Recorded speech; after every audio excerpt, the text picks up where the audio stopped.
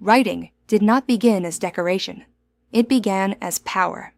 Before words were carved into bone, bronze, bamboo, or stone, memory lived only in human voices.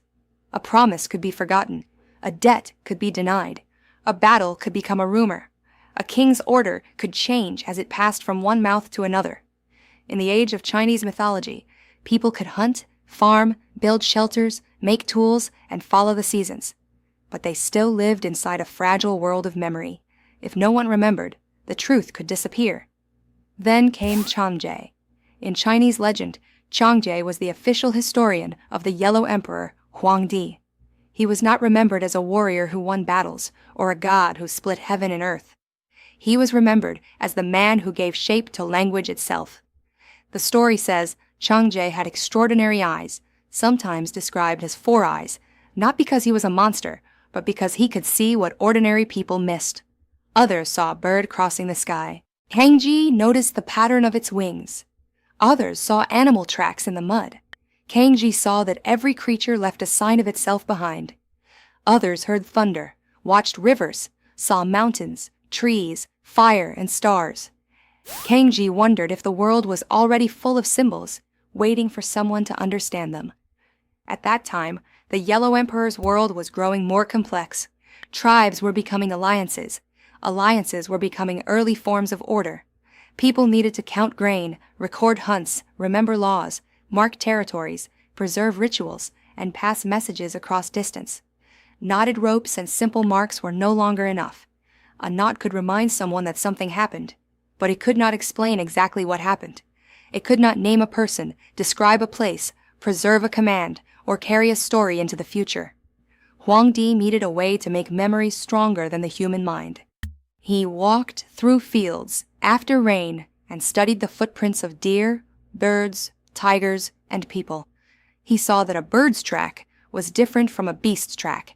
He saw that the path of a snake was different from the step of a horse. Each mark carried information. Each trace revealed identity, direction, and movement. A track was more than a mark. It was evidence. It said, something was here, something passed this way, something happened. Cangjie looked at those tracks and understood something powerful. If nature could leave signs, humans could create signs too. He looked up at the sky. Stars formed patterns. The sun marked day. The moon marked time. Clouds warned of rain. Lightning split the dark before thunder followed. He looked down at the earth. Rivers curved through valleys. Mountains rose like fixed shapes against the horizon. Trees spread branches. Fire moved upward. Water flowed downward. Cangjie did not invent writing from nothing. In the myth, he learned from the world. He took the shapes of nature, the tracks of animals, the movements of heaven and earth, and began turning them into human signs. He made marks for the sun, the moon, mountains, rivers, trees, fields, animals, people, hands, eyes, mouths, and actions. These were not random drawings. They were attempts to capture meaning in a form that could remain after the speaker was gone. For the first time, a thought could leave the body and survive. A name could be remembered. A warning could be preserved. A law could stand still. A story could travel beyond the voice of the storyteller. Imagine the moment Cangjie made the first characters. He sits beneath the open sky, surrounded by bamboo slips, earth, stone, or simple writing tools. Around him, people still speak as they always have, but he is trying to do something no one has done before. He is trying to make speech visible. He draws a shape. It is not just a picture. It is a sign. He draws another, then another. Slowly, the invisible world of language begins to take form. A person watching him may not understand at first. How can a mark speak? How can a line remember? How can a symbol hold the sound of a voice? But Cangjie keeps working. He knows that once a sign is shared, it becomes more than a mark. It becomes a bridge between minds. The legend says that when Cangjie created writing, the heavens and earth were shaken. Grain fell from the sky like rain, and ghosts cried through the night. To a modern listener, that image sounds strange, but its meaning is deep. Grain falling from heaven suggests that writing would bring order, agriculture, records, and civilization. It would help people count harvests, store resources, and manage society. But the crying ghosts reveal the darker side. Once writing existed, secrets could be exposed, lies could be recorded, crimes could be remembered. The dead could no longer vanish completely from human memory. Writing gave humans power over time. That power was both a blessing and a threat. Before writing, the past was soft. It could change with every retelling. After writing, the past became harder. A record could challenge a ruler. A contract could outlive the people who made it. A law could bind those who were not present when it was spoken. Writing changed society because it changed trust. People no longer had to rely only on memory. They could point to a mark and say, "This is what was promised. This is what was ordered. This is what happened." That is why the myth of Cangjie is not just about the invention of characters. It is about the birth of recorded civilization. It explains how human beings moved from memory to record, from rumor to evidence, from spoken command to written law. Cangjie's characters allowed people to preserve knowledge across generations. Officials could record taxes. Healers could record herbs. Rulers could record orders. Families could record ancestry. Storytellers could preserve myths. A civilization could begin to remember itself. In this way, Cangjie stands beside other great figures of Chinese mythology. Fuxi turned the patterns of nature into the 8 trigrams. Shen Nam turned dangerous plants into medicine. Yu the Great turned floods into channels. Huangdi turned tribal conflict into order.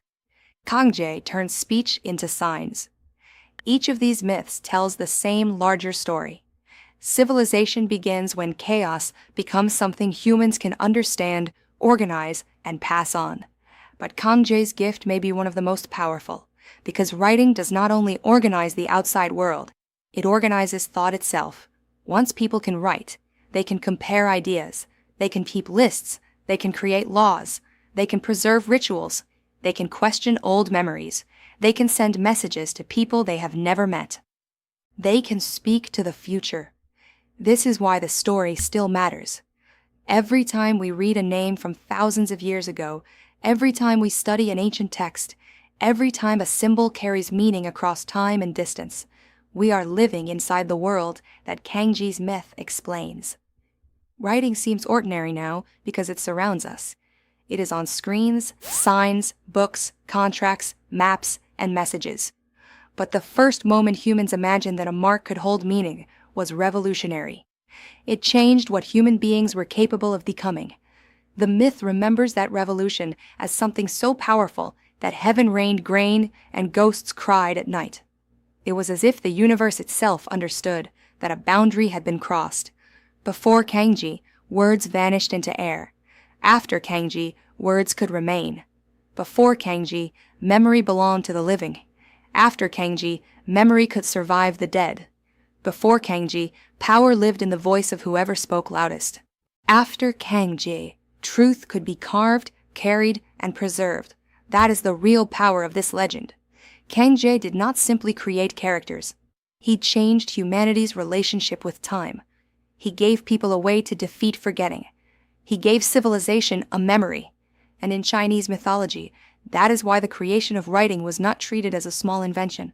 It was treated as a cosmic event. A man looked at bird tracks, animal footprints, stars, rivers, mountains, and the shape of the world, and he realized that meaning could be made visible. From that realization came one of humanity's greatest powers, the power to record, remember, and pass knowledge beyond a single lifetime. Long ago, Cangjie watched the world leave signs behind. Then he taught humans to leave signs of their own, and from those signs, civilization learned how to speak to the future.